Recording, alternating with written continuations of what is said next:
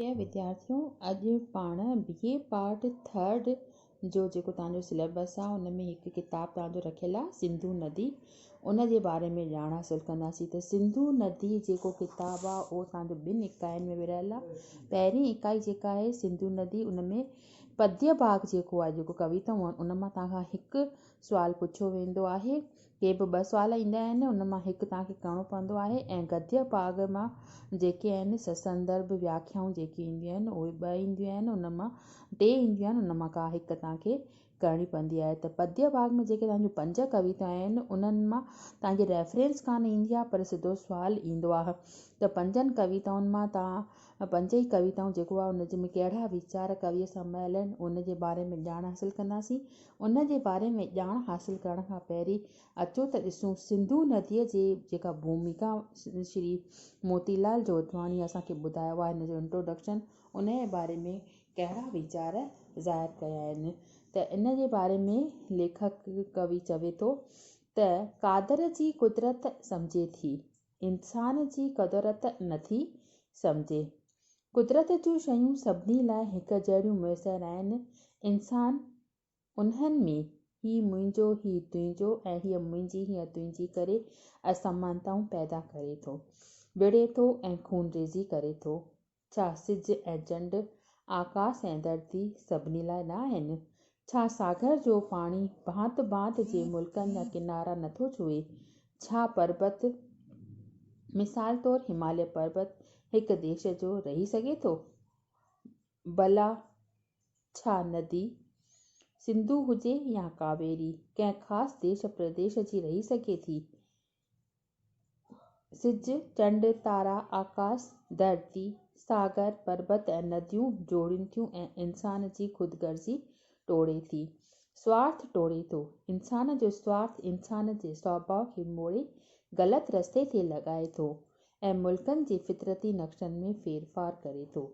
सिंधु नदी जुग जुगांतर खां भारत वर्ष आर्यव्रत जी नदी आहे, जा इंसान जी ख़ुदगर्ज़ीअ करे अॼुकल्ह 50 सालनि खां नए सिर बणायल सियासी निज़ाम जे तहत चीन जे कैलाश मानसरोवर वटां निकिरी भारत जे लद्दाख खेत्र खे आबाद कंदी पाकिस्तानी खेत्र में पंहिंजी अध खां वधीक हिसो वहे थी। नदी संस्कृति आहे, सभ्यता आहे। सिंधु नदी सिंधु संस्कृति आहे, सिंधु सभ्यता आहे, जंहिंसां हिंदू संस्कृति ऐं हिंदू सभ्यता जुड़ियल आहिनि। अॼु भारत वर्ष जी उहा नदी चीन, भारत ऐं पाकिस्तान में टुकड़ा टुकड़ा थियल आहे ऐं भारतीय उपखंड जी संस्कृति घायल कायल आहे। डेट लाइन लेह लद्दाख 25-26 अगस्त 1998। गुज़िरियल साल जीअं हिन साल पिणु सिंधु नदीअ जे किनारे ते भारत जे सभिनी प्रांतनि जा माण्हू गॾु थिया हुआ। उन्हनि मां घणो सिंधी पुत्र सिंधी आहिनि जे 50 साल अॻु पंहिंजी माता सिंधुअ खां विछड़ी देश जे विरहाङे करे भारत में लॾी अची वसिया आहिनि। माता भूमि पुत्रो प्रथोया जी भावना साकार थी आहे। माता भूमि माना भूमि जेका आहे उहा माता आहे ऐं असां सभु उन जा ॿार आहियूं। असां जंहिं धरतीअ ते रहूं था उन सां असांजो पुटु धीअ वारे संबंध जो अहसासु रहे थो ऐं इहो अहसासु ई राष्ट्रीयता जो भाव जाॻाए थो। उन मुबारक मौक़े ते भारतीय राष्ट्रीयता जो मेलो लॻो हो।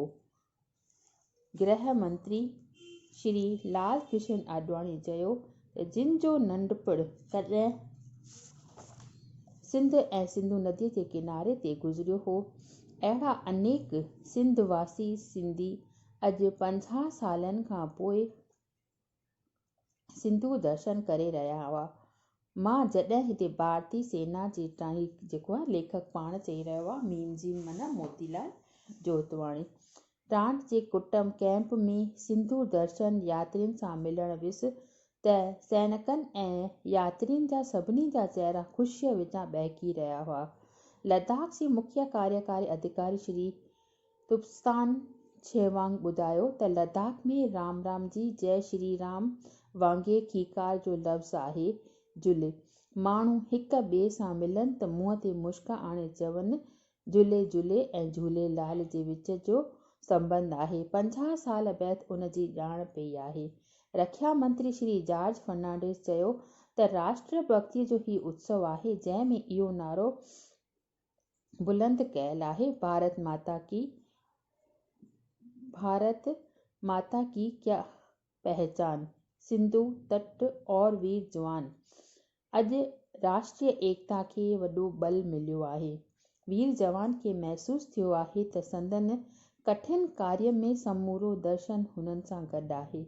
भारत माता जे इन्हनि टिनि हिंदू, ॿोधी ऐं ईसाई पुटनि खां पोइ हिकु मुस्लमान पुटु जम्मू कश्मीर जे मुख्यमंत्री डॉक्टर फारूक अब्दुल्ला पंहिंजे मधुर कंठ सां वंदे मातरम जो गीत ॻाइण खां पोइ चयो त प्रभु उहो ॾींहुं ॾेखारे जॾहिं असीं कराचीअ भरिसां सिंधु नदीअ किनारे वेही प्रार्थना करियूं। इहा जेका आहे कविअ जी कल्पना आहे त असांखे वापसि सिंधु नदीअ ते वञूं ऐं उते वेही करे उन इहे सिंधुअ जे कप ते वेही करे असां प्रार्थना कयूं वंदे मातरम जी। जॾहिं असीं कराचीअ भरिसां सिंधु किनारे वेही प्रार्थना करियूं। जेकी फूल अॼु सिंधुअ ते चाढ़िया आहिनि से पक ई पक कराचीअ जे दामन खे छुहंदा। कैलाश मानसरोवर यात्रा लाइ लद्दाख रस्ते पिणु वञी सघूं। अहिड़ी कोशिशि असां सभिनी खे करणु घुरिजे। दहलीअ जो उन वक़्त वारो मुख्यमंत्री श्री साहिब सिंह वर्मा ऐं सिंधी अकादमी दहलीअ जो उपाध्यक्ष श्री कंवल रतन मलकाणी पिणु उते हाज़िर हुआ। ॿिन्ही साहिबनि जी प्रेरणा सां सिंधी अकादमी दहली सिंधु दर्शन यात्रा में पंहिंजी हिकु निमाणी भूमिका निभाई।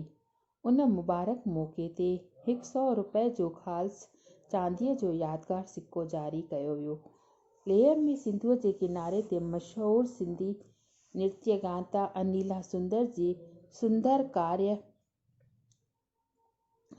सुंदर कार्यक्रम जो प्रबंध पिणु कयो वियो ऐं सिंधु नदीअ ते ही विशेष सामग्री प्रकाशित कई वई। ऋग्वेद जे मंडल सौकित 75 में सिंधु नदीअ बाबति श्लोकनि जो सिंधी बैत काव्य रूप में पंहिंजो तर्जुमो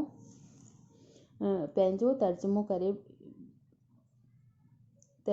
ॿुधायो, जेको हिन रीति आहे त हे वर्ण नदियूं सभु वहनि सत सत थी। जेके हे वर्ण देवता, हे पाणी जा देवता, सभु नदियूं जेके आहिनि वही रहियूं आहिनि सत सत थी करे।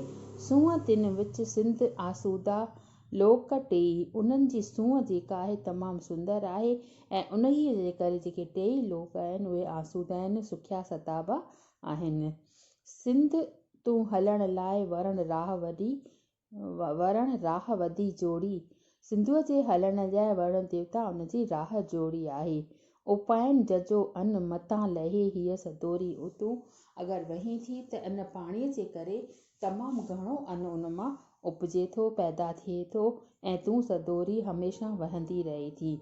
जीअं रंबे बैल सिंध तूं देवलोक में। जीअं बैल रंबंदो आहे तीअं असांखे ईअं लॻंदो आहे त देवलोक में को देवता पुकारे रहियो आहे। गरजे मेंघ मल्हार। जॾहिं मेंघ मल्हार माना जॾहिं आसमान में बादल गरजनि था, तूं पाणी पालोटसूं तॾहिं उहे बादल गरजी करे तमामु घणे अंदाज़ में पंहिंजी बरसाति, पंहिंजो पाणी वसाइनि था।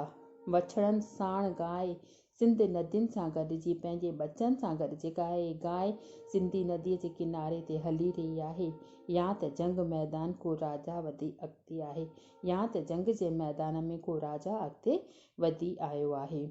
चिस्त्रा मां सां इहे न पर ही सिंधु वहीं तूं। ससरत रसा शिवरती गोमी करमू। ॿियूं सभु जेके आहिनि इहे नदियुनि जा नाला आहिनि। उहे सभु तमामु घणे अंदाज़ में तेज़ रफ़्तार सां वही रहियूं आहिनि। गोरी गोरी सिंध तेज़ धार चमक वारी। मां पंहिंजी सिंधु नदीअ तां तमामु घणो क़ुर्बान वञा थी। बिना ईज़ा करी कम मनोहर शरीर नारी। तूं तमामु मनोहर कोमल नारी आहीं। तूं बिना आवाज़ जे धीरे धीरे वही करे तमामु घणे अंदाज़ में देश खे सुखियो सताबो करी थी। सुंदर घोड़नि रथनि गहरनि कपिड़नि वारी तूं सुंदर घोड़नि रहननि रथनि वारी आहीं गहननि वारी आहीं माना ऑर्नामेंट्स जेके थींदा आहिनि स्त्रीअ जा जेके गह थींदा आहिनि गहना थींदा आहिनि उहे ईअं थो लॻे त तो पाता आहिनि। अनाज माखी पश्म अनाज माना अनाज माखी माना शहद पश्म माना उन जा सेटर जेके थींदा आहिनि उनखे चइबो आहे ज़रखेर ज़मीन तूं ऐं ज़र वक़्तु जेको आहे तूं तमामु घणो पैदा करी थी। अन्न धन ॾे सिंधु युद्ध यज्ञ में सहाई तमामु अन्न ॾिए थी धन ॾिए थी ऐं युद्ध जे खेत्र में जेका आहे उहा सहाई बणिजे थी तमामु घणी असांखे सहूलियतूं ॾिए थी। गायूं सिंध उस्तती न थोरा तो थोरा हेठि असां तुंहिंजी उस्तती कयूं ए सिंध असां तमामु घणी तुंहिंजी आराधना कयूं तोखे हर पल हर क्षण असां चरणनि वंदना कयूं था तुंहिंजी पूॼा करियूं था पर तॾहिं बि असां तुंहिंजा जेके थोर आहिनि तुंहिंजा जेके असांजे मथां अहसान आहिनि उहे कॾहिं बि लाहे न सघंदासीं। इन करे इहे सिंधू तूं सिंध जे रहवासियुनि खे तमामु सुखियो सथाबो रखंदी अचे थी इन जे लाइ असीं तुंहिंजा तमामु घणा महिरबानी आहियूं। सिंधी हमेशह आसूदा रहनि सुखिया सताबा रहनि इहा ई जेका आहे मुंहिंजी कल्पना आहे वीचारधारा आहे मुंहिंजी सिंध जे माण्हुनि जे लाइ दुआ आहे। त इहो थियो जेको सिंधु नदीअ जो भूमिका जेको इंट्रोडक्शन असांखे कविअ ॿुधायो आहे। उनखां पोइ इन जूं आहिनि कविताऊं उन्हनि मां जेके आहिनि 5 कविताऊं जेके तव्हांजूं रखियल आहिनि उहे हिकु आहे दरियाशाह सिंधुअ जो किनारो सिंधु वहंदी रहंदी आहे सिंधु अला बुहिरान जो नाम सिंधु जे किनारे। त दरियाशाह जेका कविता आहे उहा पाण नेक्स्ट पीरियड में जॾहिं कंदासीं बसि अॼु एतिरो।